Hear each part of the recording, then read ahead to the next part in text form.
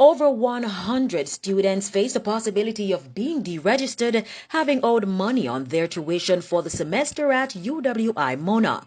In addition to tuition, students are also faced with the additional expense of internet bills, especially with the advent of the coronavirus and having to do online classes.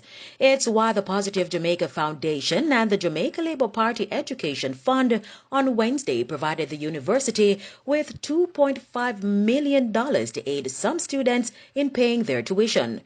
Prime Minister Andrew Holness says serious dialogue is now needed on how tertiary education will be financed going forward. I have put in place tertiary, not tertiary, but a Education Transformation Commission that will take a preliminary look at least, on the tertiary situation.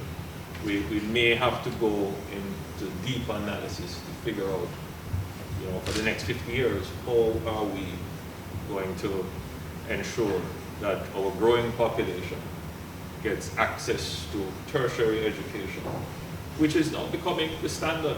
Mr. Holness called on other Jamaicans to assist more students fulfill their potential.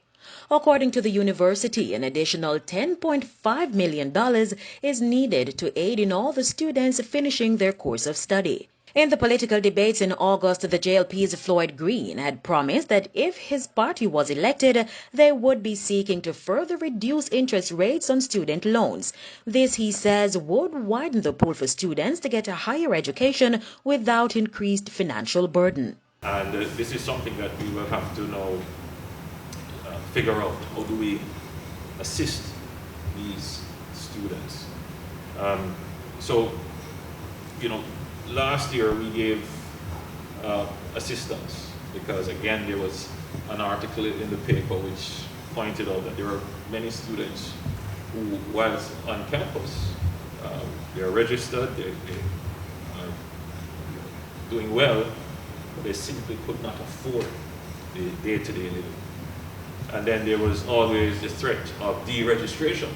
Earlier this month, President of the Jamaica Teachers Association, Jasford Gabriel, called on telecom providers to be held accountable for the lack of service being offered, especially in rural areas. He says all that has been happening is promises from the two major service providers, Flow and Digicel.